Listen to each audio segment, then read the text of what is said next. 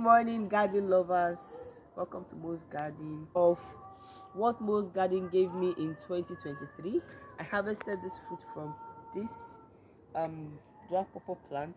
You can say I have a lot more to harvest in the year, and this is definitely carrying on up to 2024.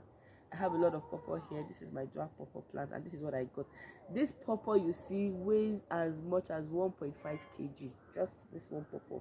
I put it on the scale and it gave me 1.5 kg on the dot. So what are you waiting for? Have you realized that this plant doesn't take up so much space? And if you're thinking of what fruit to include in your garden this year, dwarf pawpaw is a great one to consider. Ciao and have a great time.